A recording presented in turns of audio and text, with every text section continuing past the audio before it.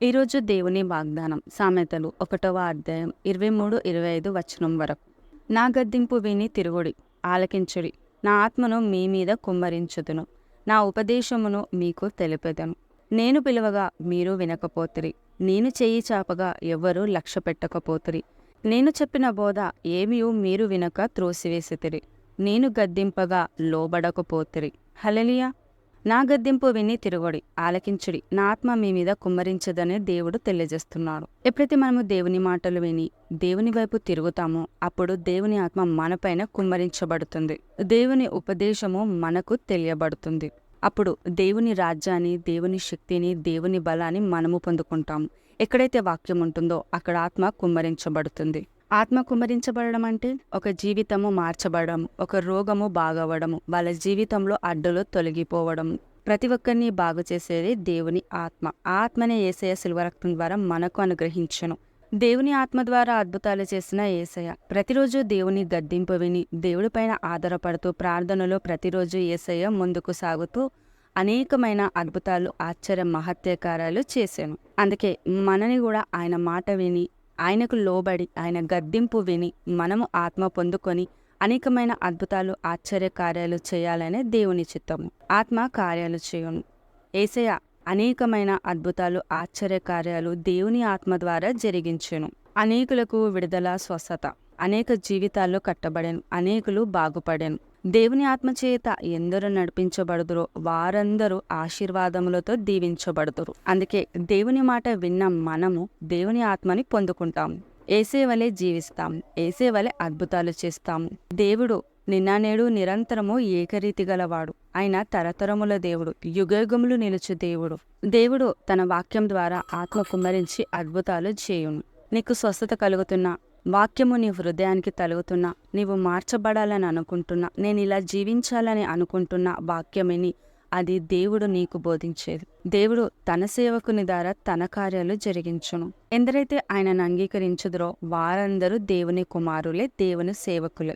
వినడం వలన నీకు విశ్వాసము కలుగుతుంది. ఆ విశ్వాసమే నిన్ను స్వస్థపరుస్తుంది. నిన్ను బాధ పెడుతున్న బాధల నుంచి విడిపించేదే దేవుని కార్యము. వాక్యము నిన్న నేడు నిరంతరము పనిచేస్తుంది. ఈ వాక్యం ఎప్పుడు విన్నా అప్పుడే విడుదల కలుగుతుంది. ఎప్పుడు చదివినా అప్పుడే జీవితాలు కట్టబడతాయి. ఎప్పుడు విన్నా జీవితాలు బాగుపడతాయి. అదే దేవుని ఆత్మ కుమ్మరింపు. దేవుని ఆత్మ నీకు కావాలా? నువ్వు అద్భుతంగా జీవించాలా? ఉన్నతంగా ఆశీర్వదింపబడాలా? అయితే దేవుని ఉపదేశము విను, వాక్యానుసారంగా జీవించు, వాక్యాన్ని అంగీకరించు, వాక్యాన్ని నమ్ము. అదే నీ పైన ఆత్మ కుమ్మరించబడుతుంది. ఆత్మ నిన్ను ఉన్నతంగా ఆశీర్వదించడమే కాదు, నీ వలన ఇతరులు ఆశీర్వదింపబడతారు.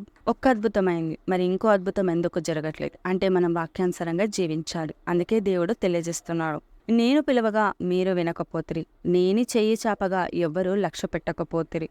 నేను చెప్పు బోధను ఏమియూ మీరు వినక త్రోసివేసిరి. దేవుని బోధ త్రోసివేయువారు ఆయన గద్దింపుకు లోబడరు, వాక్యాన్ని ఇష్టపడరు, వాక్యాన్ని నమ్మరు, అంగీకరించరు. ఆయన గద్దింపుకు లోబడవారు వాక్యాన్ని అంగీకరించేవాడు, విననివాడు, అంగీకరించనివాడు. అందుకే నేను చెప్పి బోధ మీరు త్రోసివేస్తారని దేవుడు తెలియజేస్తున్నాడు. నీ ఆశీర్వాదాలకు అడ్డు నీవు నిర్లక్ష్యం చేయడం వలన దేవుడు నిత్యము ఆశీర్వదించువాడు. ఆశీర్వాదాన్ని పట్టుకున్నవాడు ఆశీర్వాదముతో జీవించును. వాక్యాన్ని నిర్లక్ష్యం చేయడం అది ఆశీర్వాదానికే అడ్డు. గద్దింపు విననివాడు అది నీ ఆశీర్వాదానికి అడ్డు. నీ అడ్డులు తొలగిపోవాలని, నీ బాధలు తొలగిపోవాలని యేసయ్య త్యాగాన్ని గుర్తించడం వలన మనము ఆశీర్వాదాన్ని పొందుకుంటాము. ఆయన వాక్యము నమ్ము వారికి జీవము కలుగజేస్తుంది. వినని వారికి అది వారికి హేళనగా, అవమానకరంగా చేస్తారు. వాక్యము ఎవరు అంగీకరించురో వారు ఆశీర్వదింపబడతారు. వాక్యాన్ని హేళన చేసేవారు వారే ఆశీర్వాదానికి దూరంగా ఉంటారు. రక్షింపబడుతున్న మనకి దేవుని జీవము, నశించుతున్న వారికి అది హేళనగా ఉంటుందని దేవుడు వాక్యము తెలియజేస్తున్నాడు. అయితే దేవుని ప్రేమ క్షమించేది, అర్థము చేసుకునేది. మనము క్షమించి అర్థము చేసుకుందాం. వారు అంగీకరించట్లేదంటే వారికి దేవుడి గురించి పూర్తిగా తెలియక. తెలిసిన వారు ఎవరు దేవుణ్ణి వ్యతిరేకించరు, తెలియని వారే దేవుణ్ణి వ్యతిరేకిస్తారు. అయితే దేవుడు వారేం చేస్తున్నారో తెలియదు, వారిని క్షమించుడని తెలియజేస్తున్నాడు. మనము క్షమిస్తాం, వారు తెలుసుకునేలాగా ప్రార్థిస్తాం. తెలియని వారి కోసం ప్రార్థిస్తాం, రక్షింపబడని వారికి ప్రార్థిస్తాం. మన ప్రార్థన వారికి ఒక రోజు విడుదల కలుగుతుంది. ఇప్పుడు వినకుండొచ్చు, వారికి ఆపద వచ్చినప్పుడు, శ్రమ వచ్చినప్పుడు దేవుడు వారిని గొప్పగా దీవిస్తాడు, ఆశీర్వదిస్తాడు. దేవుడికి ఎవరి నశించుట ఇష్టం లేదు. నశించిన వారిని వెతికి రక్షించేదే దేవుని ప్రేమ. మనము కూడా నశిస్తున్న వారి కొరకు ప్రార్థిస్తాం. అది మనకు ఆశీర్వాదము, వారికి ఆశీర్వాదం. వారు విడుదల లేదని బాధపడుతున్నారు, కానీ దేవుడు తెలియలేక రాలేకపోతున్నారు. వద్దామన్నా వాళ్ళ పరిస్థితుల్లో చుట్టూ ఉన్న వాళ్ళు రానివ్వరు.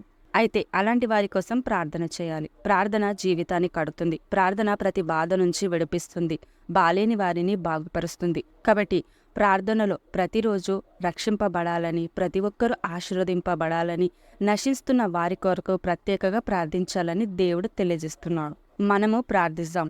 మనకు ప్రార్థిస్తే ఏంటి లాభమా? మనము ప్రార్థిస్తే మనకు ఆశీర్వాదం, వారికి ఆశీర్వాదం. దేవుడు మనను ఉన్నత స్థానంలో నిలబెడతాడు. ఎవరు నశించుట దేవుడికి ఇష్టం లేదు. ఒకవేళ నశిస్తున్న వారిని నువ్వు చూసి అవమానిస్తున్నావా, వారికి అలా కావాలనుకుంటున్నావా? అది దేవుడి గుణము కాదు. నశించిన వారి కొరకు ప్రార్థించు, వారి కొరకు కన్నీరు కార్చు, వారి జీవితము బాగుపడాలని ప్రార్థించు. అదే దేవుని గుణము, అదే మనకు ఆశీర్వాదము, వారికి ఆశీర్వాదము. క్షమించు, ప్రతి ఒక్కరిని క్షమించు. క్షమించుట దేవుని గుణము, అది నిన్ను ఆశీర్వాదంలోనికి తీసుకెళ్తుంది. యేసయ్య ప్రతిరోజు అందరినీ క్షమిస్తున్నాడు. తనని దూషించిన వారినే ప్రేమించేలా చేస్తున్నది దేవుని ప్రేమ. యేసయ్య ప్రేమ క్షమించి రక్షించే ప్రేమ. మనము ప్రార్థనలో క్షమించి అనేకుల రక్షణ కొరకు ప్రార్థిస్తాం. రేపు దేవుడు మనల్ని అడుగుతాడు, నువ్వు రక్షించడానికి ప్రార్థించావా అని. అందుకే యేసయ్య తండ్రి అడగక మునుపే ప్రతిరోజు తన ప్రజల కొరకు ప్రార్థించాడు. భూమిని, ఆకాశాన్ని, సముద్రంని సమస్తము చేసిన యేసయ్య వాటి కొరకు రాలేదు, మానవులైన మన కొరకే వచ్చను. మన కొరకే రక్తం పెట్టెను, మన కొరకే తన ప్రాణాన్ని పెట్టెను. అంత గొప్ప సృష్టికర్తని అంత గొప్పగా తగ్గించుకొని మనని ప్రేమిస్తూ మన కొరకు ప్రాణం పెట్టి మనని క్షమించి మనని విడిపించిన యేసయ్య మనకి ఈరోజు తెలియజేస్తున్నాడు, మీరు క్షమించి ప్రార్థించండి అని. తన ఉపదేశము విందాము, ఆత్మ పొందుకుందాము, అనేకులని రక్షిద్దాము, అనేకులకి దీవెనకరంగా మారదాము, మన జీవితాన్ని కట్టుకుందాం, ఇతరుల జీవితాల కొరకు ప్రార్థిస్తాం. ఎందుకంటే లోకపాపంలో మోసుకుపోయిన దేవుని గొర్రెపిల్ల యేసయ్య లోకరక్షకుడు. మన కొరకు జీవిస్తే అది కొంచెం, ఇతరుల కొరకు ప్రార్థించి ఇతరుల కొరకు మనము దేవునికి మొర్ర పెట్టేదే ఉన్నతమైన ఆశీర్వాదానికి ద్వారం. యేసయ్య లోకానికి వచ్చి లోకాన్ని ప్రేమించి రక్తాన్ని చిందించి ప్రతి ఒక్కరిని క్షమించండి. మనము అలాగే ఉందాము యేసయ్య వల్లే. ప్రతి ఒక్కరిని క్షమిద్దాం, ప్రతి ఒక్కరిని రక్షిద్దాం యేసయ్య నామములో. ప్రతి ఒక్కరికి విడుదల లేదని ఎంతో మంది బాధపడుతున్నారు. వారికి తెలియదు, కానీ మనకు తెలుసు. మనము వారి కోసం ప్రార్థించి వారికి విడుదల ఇస్తాం. హల్లెలూయా. ప్రార్థన. తండ్రి, యేసుక్రీస్తు నామంలో ప్రార్థిస్తున్నాము. దేవా, నీ ఉపదేశము మా జీవితాలని మారుస్తుంది, మమ్మల్ని ఉన్నతంగా తీసుకెళ్తుంది. మేము ఆశీర్వదింపబడమే కాదు, ఇతరులని దీవించే ప్రేమ. నీ మాట ఎవరు వినునో వారు దీవించబడును. ఈ రోజు నుంచి దేవా, నీ మాట వింటూ మేము దీవెన పొందుకుంటూ ఉన్నతమైన ఆశీర్వాదం వైపు నడిచి కృపతో మా అందరినీ దీవించు. ఇక ఎవరైతే రక్షింపబడలేరో వారి కోసము ప్రార్థించే అభిషేకాన్ని, జ్ఞానాన్ని, బలాన్ని దయచేసి మమ్మల్ని ఉన్నతంగా ప్రార్థన పరులుగా చేయమని, అనేకులను రక్షించే బిడ్డలుగా మమ్మల్ని దీవించమని, అనేకులకు విడుదల, సంతోషం, వారి జీవితంలో సంతోషం, వారి కుటుంబంలో సంతోషం కలుగులాగా ప్రార్థించే అభిషేకాన్ని మా అందరికీ దయచేయమని సర్వశక్తిగల యేసు నామములో ప్రార్థిస్తున్నాము తండ్రి. ఆమేన్. యేసయ్య ప్రేమ శాశ్వతమైన ప్రేమ. ఆ ప్రేమ మనము కలిగి యేసయ్య వలె జీవిస్తాం. హల్లెలూయా.